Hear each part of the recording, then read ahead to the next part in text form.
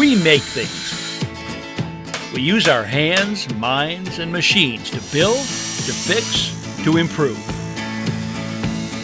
We're known as do-it-yourselfers, home improvement fans, fix-it fanatics, inventors. At our core, though, we're all makers. So let's jump in and make something. Hi, I'm Ron Hazelton. Welcome to the show. Indirect Cove lighting creates a soft ambiance in just about any room. Now, this project has gotten wonderfully easy to do thanks to two things: lightweight foam crown molding and inexpensive LED light tape. In a few minutes, I'll show you exactly what I mean. Regular watering is essential to any healthy garden or flower bed, and the most efficient way to get moisture to plants is with an irrigation system that delivers water directly to the root system. Installing one is easy. Sunlight can fade draperies and upholstery fabric and make a room uncomfortably warm. One way to solve this problem is with window films that you can apply yourself. Cove lighting can add a dramatic effect to just about any room, and now this project has gotten a whole lot easier for two reasons: polystyrene crown molding and LED lighting tape. Let me show you what I mean. This polystyrene crown molding is typically used at the top of the wall, where it meets the ceiling. However, this molding by Creative Crown has a unique design that allows it to be mounted several inches below the ceiling and backlit with LED light tape. To begin, I first decide how far from the ceiling I want the lighting. Now, one way to do this is to take a scrap piece of molding, attach a piece of LED light tape to the back, and do some experimenting. Once I've determined the best location, I mark the bottom edge of the molding. Normally, the power for the lights will come from a wall receptacle. The power supply simply plugs into the outlet and reduces the 120-volt AC household current to 12 volts DC. The challenge here is to get the power up to the molding without the wire being visible. To do that, I'll first cut an opening and install this mounting bracket. Then draw a vertical line up the wall and mark the height at which I want the wire to exit.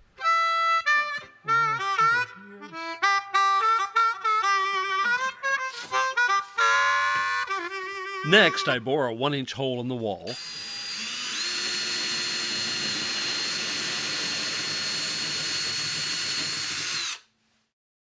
Tie a length of string to a short piece of chain. Push the chain into the hole and allow it to drop downward until it becomes visible in the wall opening I just cut. Now I can simply reach in, grab the chain, and pull out the string. A piece of wooden dowel will keep the string from falling into the wall cavity. I attach an extension cable to the power supply, tape the end of the cable to the string, and pull it up inside the wall and out the hole on top. Finally, I'll install this recessed cable plate next to the receptacle.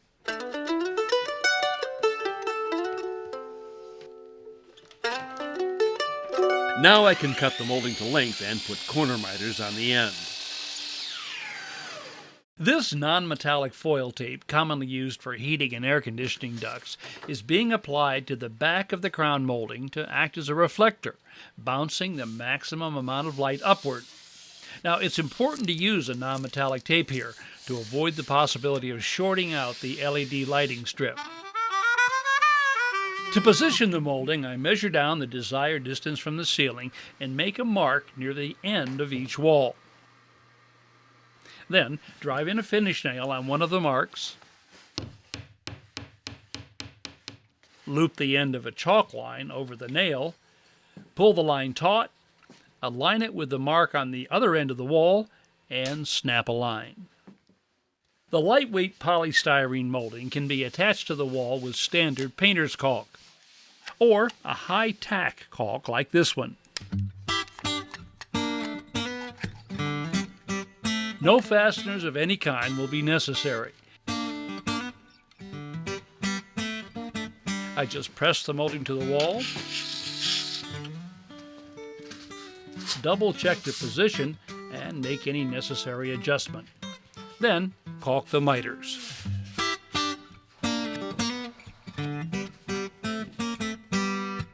The LED light tape can be plugged directly into the power cable.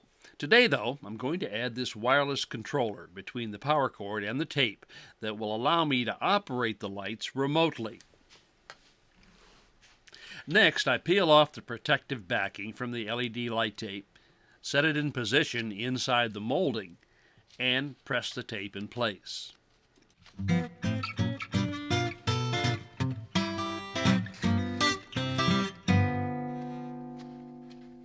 The light tape can be trimmed to any desired length with a pair of scissors. The remote control not only turns the lights on and off, it also controls the lighting level and can provide a variety of lighting effects, perfect for that next disco party. Pretty cool, huh?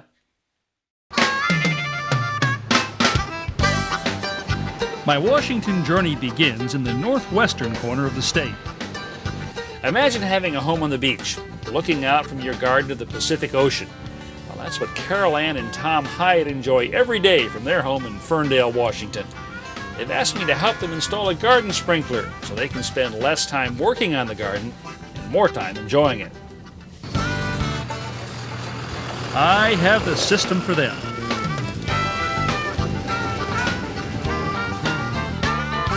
Hey folks, how are you? Good morning. Nice to meet you, Ron. Hey Carol Ann, Tom. Hey Ron, glad to meet you. I got to ask you, why would you need water in Washington? It rains all the time here. Yeah. Well, we do get some spells where we really gets dry, need the water. yeah? Right. Yeah. That's for sure. Want to show me the yard? We'll see what you got in mind here. Yes, come this way. All right. There we go. Hey, you guys spend more than a little time out here. Yeah, lots of time. Look at this 25 garden. hours a week. Come on, 25 hours a week? 25 hours a week.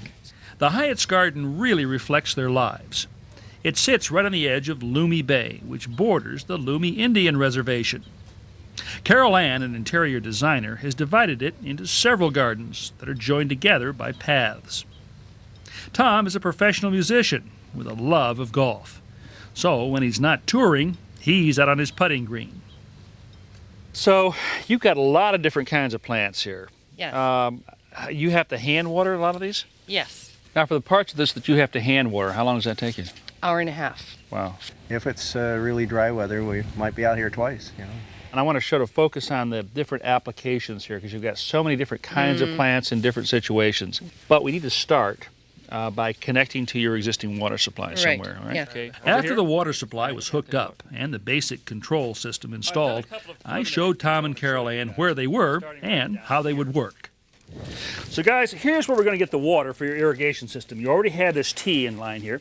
I took the plug out, attached some PVC, and of course this is running now underground and out to the rest of the system.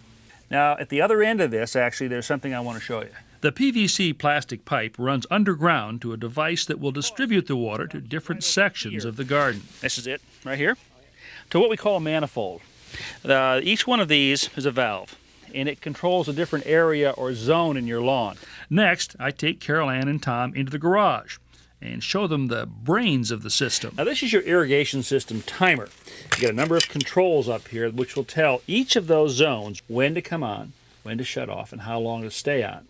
It's time for Tom and Carol Ann to go to work. They're digging trenches a few inches deep. Now, this is where we're going to lay the plastic pipes that will serve as the main water lines for sprinklers that will water the putting green.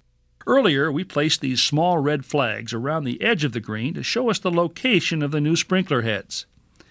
In order to supply each of these sprinklers with water, we'll have to tap into the main supply line.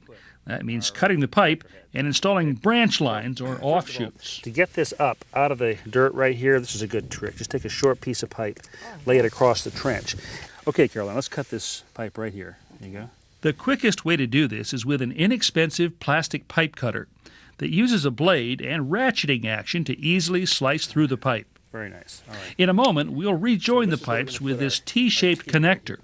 But first, we screw in this L-shaped fitting called an L or elbow. Right, now it's time to weld this T to this pipe right here, right? So if you'll take the brush out. Carol Ann applies pipe cement to the inside of the T and the outside of the pipe, then pushes them together and holds them firmly for a few seconds while the glue sets. Now we're ready to attach a flexible hose which will carry water from the supply line to the sprinkler head. We determine the proper distance and then cut the hose to length. Cutters right here. Now this is the sprinkler head. It's a pop-up style right here. Right. Now we're going to put one end of this flexible hose on the sprinkler head like that. Just wiggle it up and down as we send it. Carol Ann connects the other end to the L-shaped tube. Up and down. That's it. That's it. Push. Excellent. Excellent. We make sure that the sprinkler head is flush with the soil, Top of this, flush with the soil here. and then I'm gonna fill step in the back trench to with this. dirt. You can go ahead and help me get it. Okay, now we don't have to fill it all the way, just enough to keep this in position, Right. and then we'll move on to the next sprinkler head. Okay? Yep. Great. Now, one of the real benefits of this watering system is its adaptability. Pop-up sprinklers, like the one we just installed, can cover broader areas like the putting green. But the Hyatts also have a variety of garden plants with a wide range of watering needs. So the next part of their system will be designed with this in mind. The general rule here is to glue as many things together outside the trench as we can. So let's start with the L. We'll begin in this small area of the garden. Tom has dug a trench for another run of plastic pipe that will bring water to this location. Using the same cementing technique as before, he assembles a short L-shaped section called a riser. Into the end of the riser, he screws a plastic T.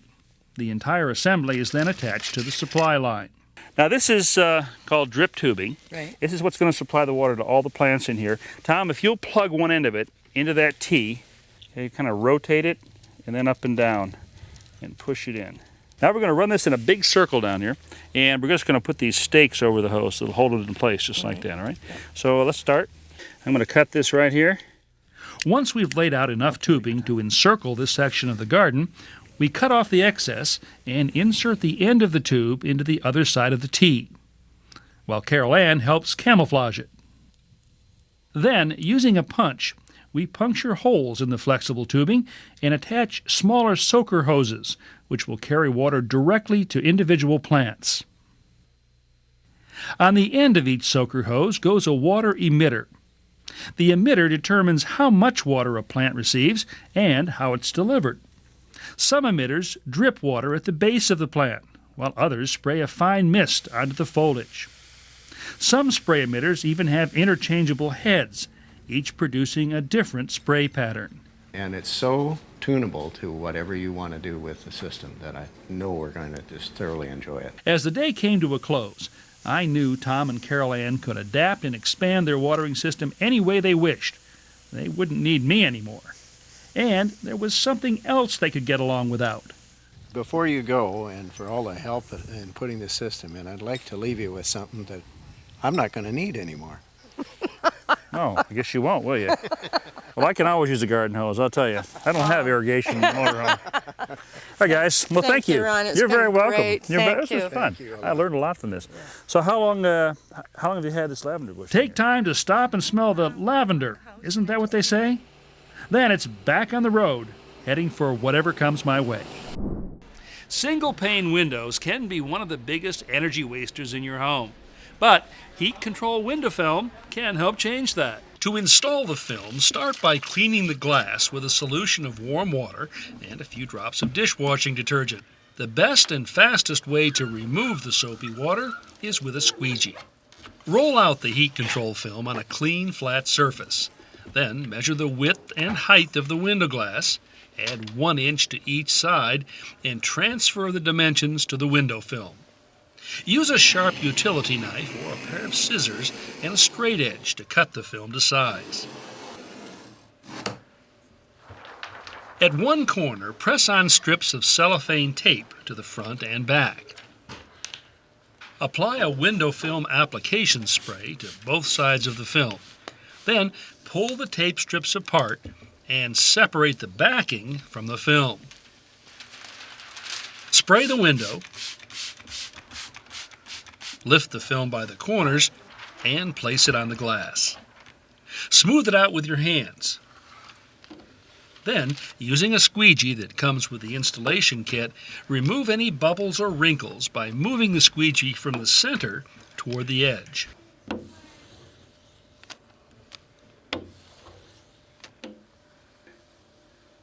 This trimmer, also part of the installation kit, used in combination with a sharp utility knife, allows you to trim the film for a perfect fit. A window film like this reflects up to 70% of summer's heat, helps retain winter heat, and blocks up to 99% of ultraviolet rays. Decorative window films like this one can transform nearly any ordinary window into one that looks convincingly like stained glass. A frosted film allows light to pass through, yet provides privacy from the outside. This window insulation kit uses shrink film technology to reduce heat loss through older single-pane windows. Install it by first applying double-stick tape around the edge of the window frame.